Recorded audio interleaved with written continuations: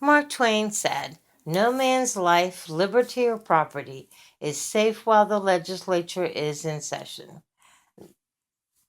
It's not just Texans that believe this. All across our nation, in the states that use a bicameral legislature, and in our U.S. Congress, which is also bicameral, there are steps that are required to ensure that both houses of that bicameral legislature have approved identical versions of the bill. Now, actually, did you know there is only one state that uses what's called a unicameral legislature? Unicameral, that is Nebraska. Nebraska has a one house legislature, so this step isn't necessary there.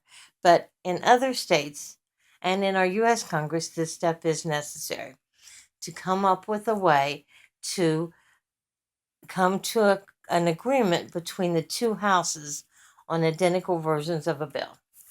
And this step is the conference committee. That's what we're going to talk about now. So when both houses of our Texas legislature have passed a bill on the same issue, say a bill on education, it is not likely that the two bills, the House version and the Senate version, will be identical.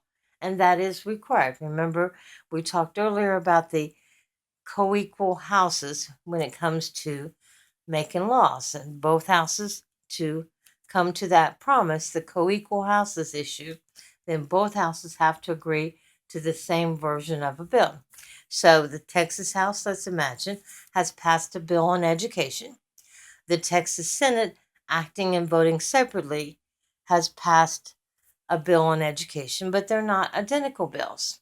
So, one way to come up with a version that is similar, excuse me, the exact version passed in both houses is if we use a conference committee. A conference committee is a special type of joint committee. A joint committee has both House members and senators on it, and it is a temporary committee in that it is created for only one purpose, and that when that one purpose is done, then the committee is disbanded. The one purpose of a conference committee is to compromise the Texas House and the Texas Senate version of a bill to come up with one version. Like I said, this is a similar process used in most of the other states with a bicameral legislature and in our U.S. Congress.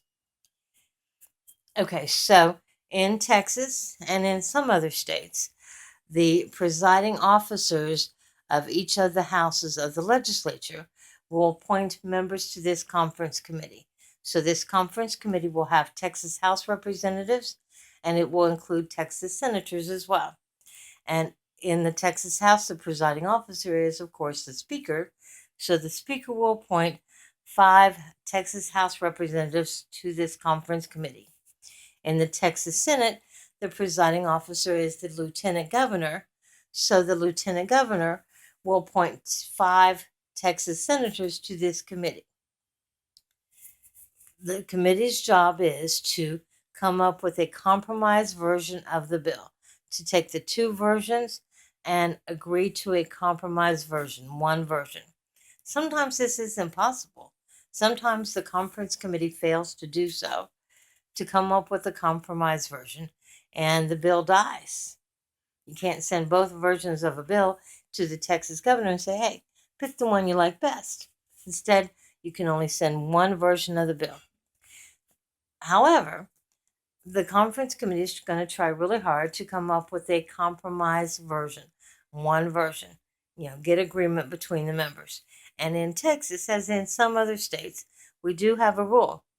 Now, remember, there are 5 members from the Texas House and 5 members from the Texas Senate on this conference committee.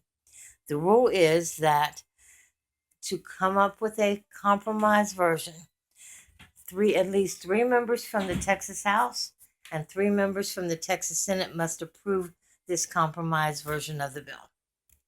And this committee is not acting without leaders. I wanted to mention that as well. When the presiding officers of the 2 houses appoint members to the committee, they will also indicate who should be the co-chair from that house. So the Texas House members will have a co-chair, and the Texas Senate members of the conference committee will have a co-chair. So to review, all right, to come up with a compromise version of a bill that can be sent to the governor for his action. The Texas legislature uses a conference committee.